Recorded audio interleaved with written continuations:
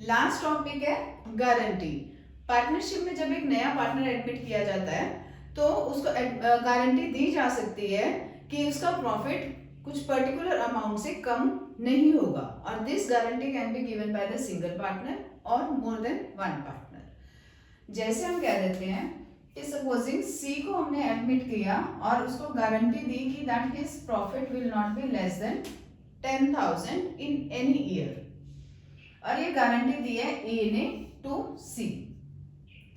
ठीक, तो सी का प्रॉफिट किसी भी साल में अगर 10,000 से कम होगा तो ए के प्रॉफिट के शेयर में से वो अमाउंट डिडक्ट हो जाएगा और सी का अमाउंट 10,000 तक उसे दिया जाएगा। दैट मीन्स ए जो है वो सेक्रीफाइस करेगा अपने प्रॉफिट्स को सो दैट सी का amount of profit will be 10,000। ठीक है, बट सपोजिंग अगर सी का प्रॉफिट 15,000 का बनता है तो इसका मतलब ये नहीं कि उसको देना ही सिर्फ 10,000 है। अगर ज्यादा बन रहा है तो उसको ज्यादा का शेयर दिया जाएगा। गारंटी दी गई है कि 10,000 से कम नहीं होगा, ज्यादा हो सकता है बट कम कभी नहीं होगा, और अगर कम होगा तो वो ए जो है वो उसको अपना शेयर दे देगा, मतलब उसको सेक्रीफाइस करेगा फॉर सी। ये तो अगर होता है कि अगर सिंगल पार्टनर गारंटी देता है। बट अगर सपोजिंग सी के 10,000 को देने की गारंटी ए और बी लेते हैं, ठीक है, ए और बी अगर लेते हैं तो या तो आपको रेशो दे रखी होगी that they will share any, कितनी भी कमी होगी they will share in the ratio 3:2, या फिर उनकी जो प्रॉफिट शेयरिंग रेशो होगी उस रेशो में वो कोई भी डेफिशिएंसी को बियर करेंगे। तो अगर 10,000 से कम आती है अमाउंट, सपोजिंग 8,000 की बनती है सी की प्रॉफिट्स, तो दो जो 2,000 की जो डेफिशिएंसी आई है that will be shared by A and B in either the given ratio और देयर प्रॉफिट शेयरिंग रेशो, जैसा भी आपको क्वेश्चन कहेगा। बट सी का share in any case will be equal to 10,000। इसी को क्वेश्चन के थ्रू करते हैं तो ज्यादा समझ आए। जैसे हमारा क्वेश्चन कहता है कि एक्स वाई जेड 3 पार्टनर्स हैं, 5:3 की रेशो में वो प्रॉफिट्स शेयर करते हैं। जेड को गारंटी दी गई है कि that his profit will not be less than 10,000 in any year, और ये गारंटी दी है वाई ने।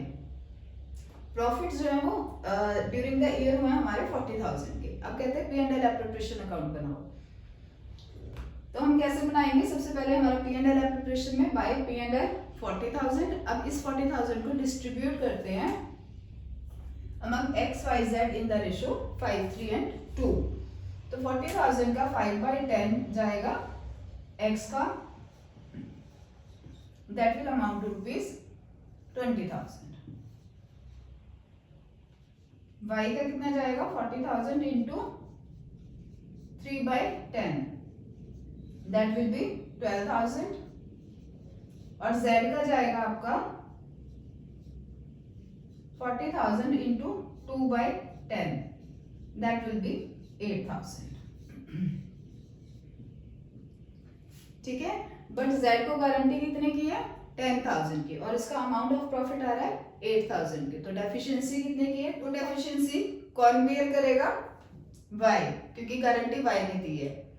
ठीक है, तो 2,000 की जो डेफिशिएंसी है हम y के प्रॉफिट्स में से लेस कर देंगे, तो y का शेयर बन जाएगा 10,000 का, और ये 2,000 हम z के प्रॉफिट में ऐड करके उसका मिनिमम प्रॉफिट 10,000 से प्रोवाइड कर देंगे। टोटल आपका भाई 40,000 रहेगा।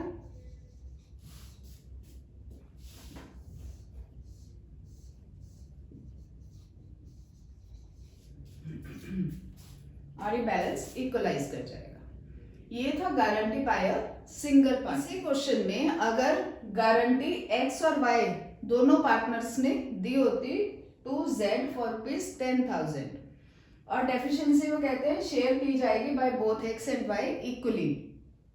ठीक है, तो डेफिशिएंसी की शेयर करने की रेशो भी दे रखी है, दैट इज इक्वल। तब हम इस क्वेश्चन को कैसे करते हैं? पी एंड एल में 40,000 लिखते हैं, उनको शेयर करते हैं in their profit sharing ratio, that is 5, 3 and 2, 20, 12 and 8। अब डेफिशिएंसी कितने की है? 2,000 की, दैट इज 10,000 की जो गारंटीड थी माइनस 8,000 जितना Z का शेयर बन रहा है। तो डेफिशिएंसी आई 2000 की। अब ये 2000 बियर कौन करेगा, x और y किस रेशो में दे रखा है, equally, that is 1000 x bear करेगा, 1000 y।